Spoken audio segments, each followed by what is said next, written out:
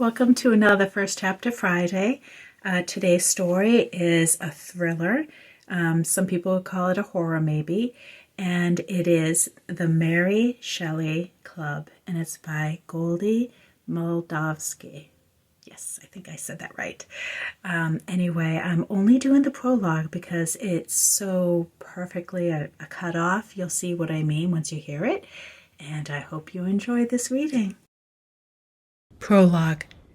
Rachel sat at her desk like a pretzel, ankles tucked beneath her, knees up and pressed against the hard edge of the wood. She stared at the wiki for Nellie Bly, the historical figure she was supposed to be writing a paper on, but all the words made her eyes glaze over. It wasn't that she wasn't interested in Nellie Bly. Rachel could get behind any bad-A journalist with a zippy name. But there were just too many distractions around. Spotify blared the latest Taylor single, and no matter how many times Rachel put down her phone, determined to start reading about Nellie, it would chirp again with the new text from Amy, and she had to pick it up, like now. I wonder what he's doing RN right now. We should go to his house and spy. I'm not about to stalk. Rachel texted back, and she put down her phone for real this time. But even as she read Nellie's truly interesting bio, Rachel's mind kept wandering. She wasn't going to spy, but what was he doing right now? Was he out with friends, or playing video games, or studiously doing homework like she was supposed to be? Whatever he was up to, Rachel was sure he was definitely not thinking about her. He barely knew she existed. Well, except for the fact that they'd actually had, a legitimate conversation this morning. It didn't last more than 3 minutes, but it was real.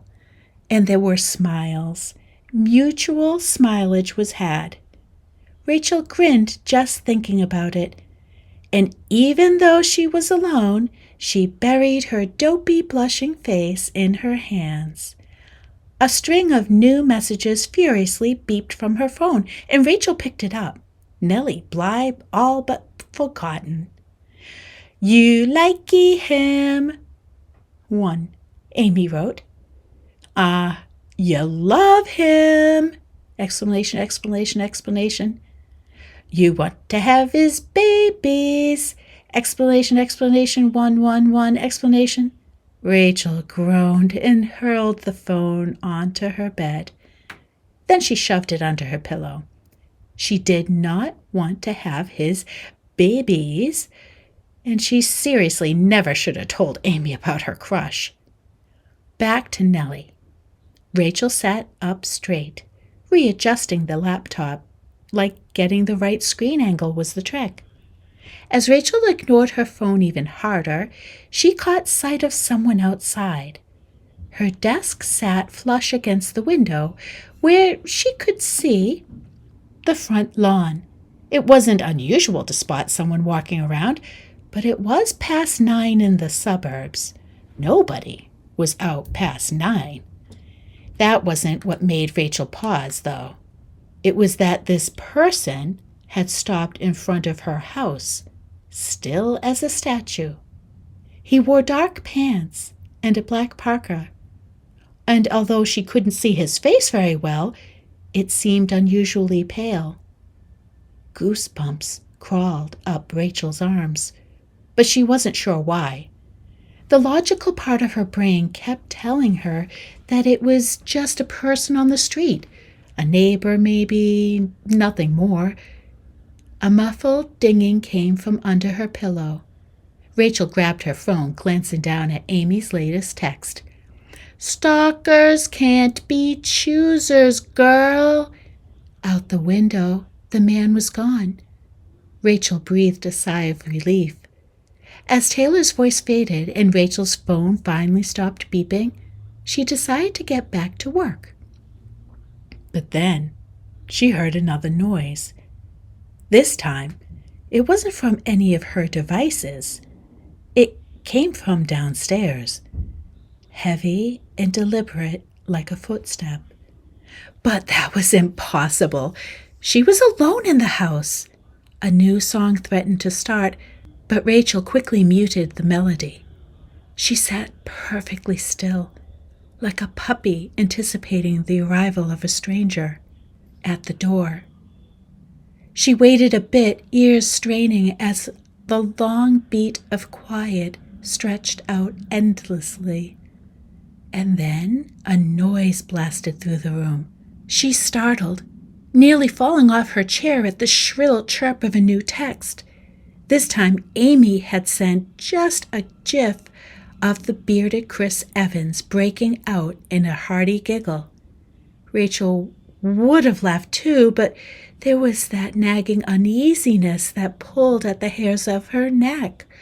Actually, given the circumstances, the longer she looked at the gif, an infinite loop of explosive silent laughter, the more it creeped her out.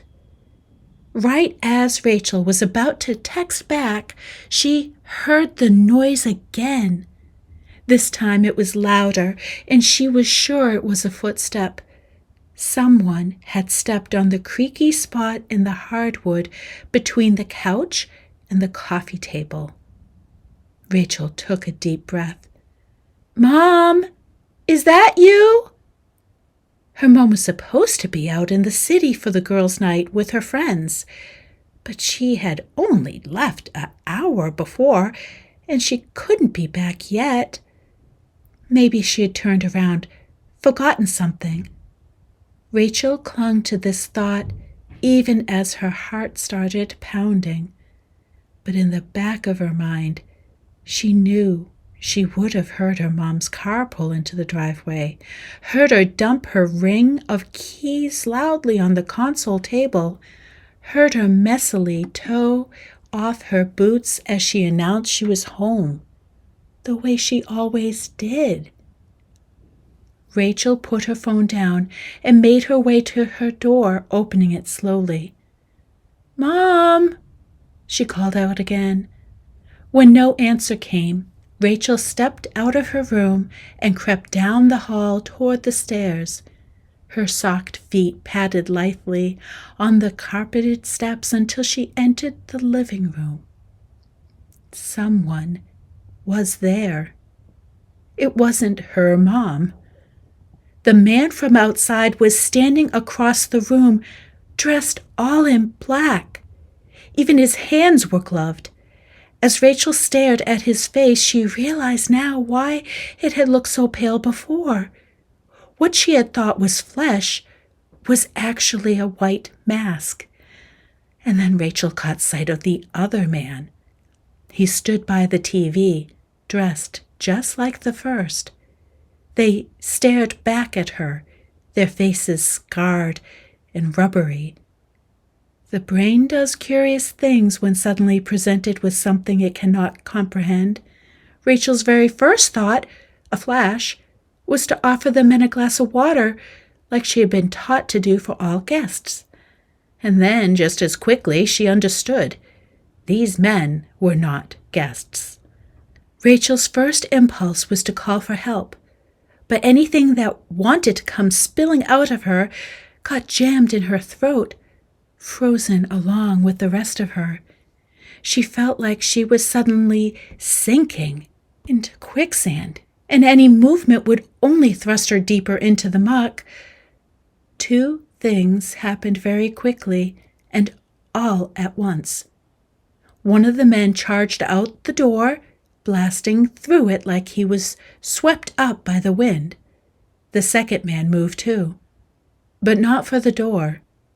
He lunged towards Rachel, and just like that, she broke free of her paralysis and ran. She thought only of the back door in the kitchen, picturing herself opening it, breaking through to the crisp backyard air, and escaping. In a moment, she didn't have to picture it. She was in the kitchen. She was reaching for the door, fingertips an inch from the knob, but then his hand was a vice around her arm. She was caught. Chapter 1. 1 year later. Okay, now that you've heard the prologue, you can understand a year later it takes place. She's moved from one borough of New York to another, and she is having a very hard time fitting in and getting over her PTSD from her attack. When her mom tries to get her to join clubs and things like that at her school that the mom's now teaching at, she resists until it turns out she meets some people who like horror movies like herself. That's kind of how she's been dealing with her trauma. And through that, she stumbles across a club, and that club does more than watch horror movies. They reenact horror movies and try to do certain things that some people call pranks, others just, scream. And that's one of the goals of the club. So I hope you check it out. It was a really amazing book, and I will see you next Friday. Take care.